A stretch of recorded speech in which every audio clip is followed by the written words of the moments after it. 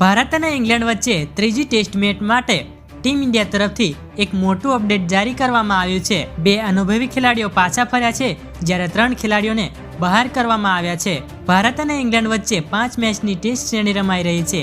આ શ્રેણી હજુ પણ બરાબરી પર ઊભી છે। ભારત અને ઇંગ્લેન્ડ બંને ટીમોએ એક મેચ જીતી છે।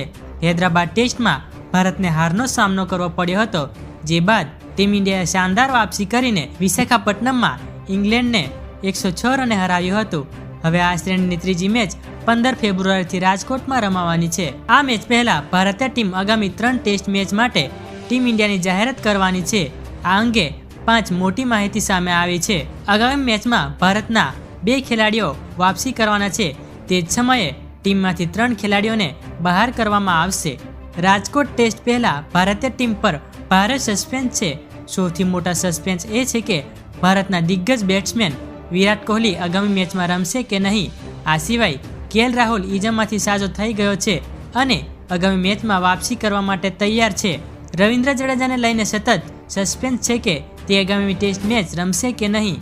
આ દરમિયાન એવા સમાચાર પણ આવી રહ્યા છે કે ભારતીય ફાસ્ટ બોલર જસપ્રીત બુમરાહને ત્રીજી ટેસ્ટ મેચથી બહાર કરવામાં આવી શકે છે। ત્રીજી ટેસ્ટ મેચ પહેલા સિલેક્ટર અને ભારતીય કેપ્ટન રોહિત શર્મા એ વિશે વિચારી રહ્યા છે કે આગામી ટેસ્ટમાં કોને રમવું અને કોને ના રમવું। શું વિરાટ કોહલી ત્રીજી ટેસ્ટ મેચમાં વાપસી કરશે? એ જાણતા પહેલા જો ચેનલને સબસ્ક્રાઇબ ના કરી હોય તો ગુજરાતી ભાષામાં ક્રિકેટની તમામ અપડેટ મેળવવા માટે વિડીયોને લાઇક કરીને ચેનલને જરૂરથી અત્યારે જ સબસ્ક્રાઇબ કરી નાખો। બીસીસીઆઈના સૂત્રોએ આ તમામ પ્રશ્નો પર એક મોટું અપડેટ આપ્યું છે। બીસીસીઆઈના સૂત્રોએ જણાવ્યું કે 2 ખેલાડીઓ આગામી મેચમાં પરત ફરવાના છે, જેઓ બીજી ટેસ્ટ મેચ રમી શક્યા નથી। આ સિવાય 3 સ્ટાર ખેલાડીઓ ત્રીજી ટેસ્ટ મેચમાં રમતા જોવા મળશે નહીં। તમને જણાવી દઈએ કે વિરાટ કોહલી વિશે એક અપડેટ છે કે તે આગામી 2 મેચમાંથી પણ બહાર થઈ શકે છે। એવી અટકળો લગાવવામાં આવી રહી હતી કે કિંગ ત્રીજી ટેસ્ટ મેચમાં વાપસી કરશે, પરંતુ સમાચાર આવી રહ્યા છે કે તે 5મી ટેસ્ટમાં વાપસી કરશે। પરંતુ હવે સમાચાર એવા આવી રહ્યા છે કે વિરાટ કોહલી 5મી ટેસ્ટમાં વાપસી કરી શકે છે। તે પહેલા આ અનુભવી ખેલાડીઓને ટીમમાં વાપસી કરવું મુશ્કેલ છે। તે જ સમયે ભારતના ઓલરાઉન્ડર ખેલાડી રવિન્દ્ર જડેજા હજુ પણ ઈજામાંથી બહાર આવ્યા નથી, તેથી એ ખેલાડી આગામી મેચમાંથી પણ બહાર થઈ જવાનો છે। જડેજા પ્રથમ ટેસ્ટ મેચમાં રન લેતી વખતે ઈજાગ્રસ્ત થયો હતો। આ સિવાય ભારતનો વિકેટકીપર બેટ્સમેન કેએલ રાહુલ આગામી મેચમાં વાપસી કરવા જઈ રહ્યો છે।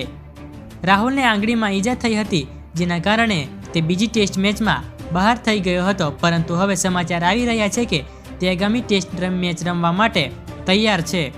જસપ્રીત બુમરાહ વિશે પણ એવા સમાચાર હતા કે ત્રીજી ટેસ્ટમાં આરામ આપવામાં આવી શકે છે, પરંતુ બીસીસીઆઈના સૂત્રોએ જણાવ્યું કે બુમરાહ આગામી ટેસ્ટમાં રમતો જોવા મળશે। બીજી ટેસ્ટમાં ભારતના સ્ટાર મોહમ્મદ સિરાજને આરામ આપવામાં આવ્યો હતો અને ફાસ્ટ બોલર મુકેશ કુમારને ટીમમાં સમાવેશ કરવામાં આવ્યો હતો, પરંતુ પોતાના પ્રદર્શનથી ટીમને પ્રભાવિત કરી શક્યા ન હતા। તેથી મુકેશ કુમારને ત્રીજી ટેસ્ટ મેચમાંથી બહાર કરવામાં આવશે। તેના સ્થાને મોહમ્મદ સિરાજને ફરી એકવાર પ્લેઇંગ 11માં સ્થાન આપશે।